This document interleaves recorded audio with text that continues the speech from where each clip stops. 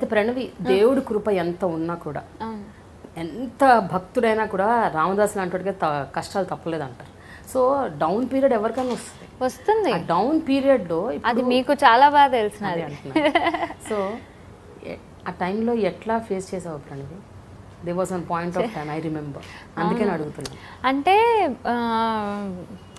Work పరంగా ఉన్నా లేకపోయినా పక్కనే ఉంటూ నువ్వు నా ఫ్రెండ్వి, చాలా ఇష్టము, అబ్బా ఎంత బాగా పాడతావు అన్నవాళ్ళే ఆ అమ్మాయి సరిగా పాడదు, ఆ అమ్మాయి లేకపోతే ఆ అమ్మాయి లేదండి ఆ అమ్మాయికి ఒంట్లో బాగాలే హాస్పిటల్లో ఉంది అని ఆ అమ్మాయి పాడినంటూ ఉందండి, ఆ అమ్మాయికి ఇవన్నీ చీప్గా ఉంటున్నాయట అని చెప్పడము, ఇలాగ చాలా పోగొట్టారు. వర్క్స్ కానీ షోస్ కానీ మంచి మంచి మ్యూజిక్ డైరెక్టర్స్ దగ్గర పెద్ద పెద్ద అవకాశాలు ఇవన్నీ చాలా పోగొట్టారు. అప్పుడు నాకు చాలా చాలా చాలా బాధేసింది. ఎందుకంటే నేను అనుకుని రాలే ఈ ఫీల్డ్లోకి, నేను అనుకున్న అసలు పాడే ఉద్దేశమే నాకు లేదు. నేను పాటగత్తెని అవుదామని నేను అనుకోలేదు ఎప్పుడు. నేను ఒక డాక్టర్ అవ్వాలి, నేను చాలా మంచి డాక్టర్ అవ్వాలి, ఒక పెద్ద సర్జన్ అయిపోవాలని నాకు చాలా కోరిక, నా ఏమో నా గోలు. దానికోసమే నేను రాత్రి పగలు చదువుకునేదాన్ని. నాకు ఫిజియోథెరపీ ఫ్రీ సీట్ వచ్చింది నాకు. నేను అది వదిలేసి బిఏ మ్యూజిక్లో చేశాను. ఎందుకు? నేను ఇలాగే అది ఏ షోనో ఎక్కడో నేను చెప్పను కానీ షోకి వెళ్ళాను. ఇలాగే అందరం కలిసి పాడుతున్నాం, అందరం నుంచొని ఉన్నాము. నెక్లెస్ రోడ్లో పెద్ద పెద్ద స్టేజ్ వేశారు, అది చాలా ప్రెస్టీజియస్ షో, అంతా బాగుంది. పాడుతున్నా. నాకు అప్పుడు ఏదో మలేరియాను ఏదో వచ్చింది నాకు. వస్తే ఇంటర్లోనో 10th అనుకుంటా, అంతే 10th అయిపోయి ఇంటర్లో మలేరియాను ఏదో వచ్చింది. వస్తే నాకు ఈ బటర్ఫ్లై పెడతారు కదా, ఆ బటర్ఫ్లై అన్నీ పెట్టుకొని కూడా నేను వచ్చాను. వస్తే నన్ను పాడుతుంటే తోస్తారు స్టేజ్ నుంచి. పడిపోయాను నేను, అంత పెద్ద స్టేజ్ నుంచి కింద పడిపోయాను నేను. నెక్లెస్ రోడ్లో ఒక 4 feet 5 feet స్టేజ్ వేస్తారు కదా అందరికీ కనిపించడానికి. పడిపోయాను, నన్ను తోసేశారు పక్కకి, పడిపోయాను నేను. నాకు చాలా అవమానం అని నేను ఫీల్ అవ్వలేదు, అది అవమానం కింద ఫీల్ అవ్వలేదు. నువ్వు ఇట్లా తోసావు కదా, నువ్వు నన్ను తోసావు కదా, రేపు పొద్దున నువ్వే వస్తావు నా దగ్గరికి ఆటోగ్రాఫ్కి, నేను పాడతాను. అప్పటిదాకా నాకు పాటలు అంటే అంత ఇష్టమేం లేదు. ఓకే నేను పాడతా కాబట్టి ఏదో స్కూల్ తప్పించుకోవడానికి కాంపిటీషన్స్కి వెళ్ళడము అలా ఇలా నేను ఉపయోగించుకునేదాన్ని పాటల్ని, కానీ ఎప్పుడు సీరియస్గా తీసుకోలేదు. అప్పుడు అనుకున్నా నేను, చూస్తూ ఉండు నువ్వు నా దగ్గరకు ఆటోగ్రాఫ్కి వస్తావు అనుకొని నేను అక్కడి నుంచి వెళ్ళిపోయాను.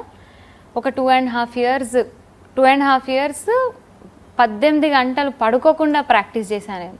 రోజుకి 18 గంటలు ప్రాక్టీస్ చేసేదాన్ని నేను.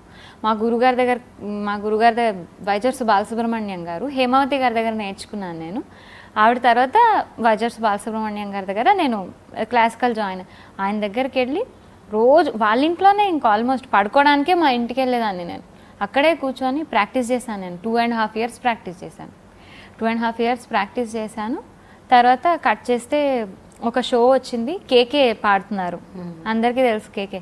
ఆయనతో పాటు నేను పాడాను ఆ షోలో. నేను ఒక్కదాన్నే పాడాను, నేను కేకే పాడాను. 2.5 years తర్వాత పాడాక ఇలా జరుగుతుంది. డబ్బింగ్స్ చెప్పేదాన్ని, యాజ్ యూ నో డబ్బింగ్స్ చెప్పేదాన్ని. అక్కడ విఎనాదిత్య గారు వినడం, అది కళ్యాణి మాలిక్ గారికి పంపించడము.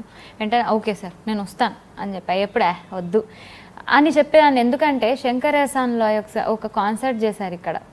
అప్పుడు నేను సరదాగా వెళ్ళి నేను కూడా పాడా. అప్పుడంతా సరదానే నాది. అప్పుడు వెళ్తే లాయ్ అడిగారు, పాడు చాలా బాగా పాడుతున్నావు, పాడు నీది ఇవ్వు అంటే నేను పాడను అన్న. అంటే ఎందుకు పాడవు, ఇంత మంచి గొంతు పెట్టుకొని నువ్వు ఎందుకు పాడవు, పాడొచ్చు కదా, నేను పాడిస్తాను శంకర్ ఎహసాన్లో అంటే నేను పాడను, నేను డాక్టర్ని అవుతాను. నువ్వు డాక్టర్ అవ్వు తల్లి, నిన్నేం అనట్లేదు, నువ్వు ఒక్కసారి బాంబే రా నేను పాడిస్తాను అన్న ఆయననే నేను వద్దు నేను పాడను అని వదిలేసుకున్నాను నేను.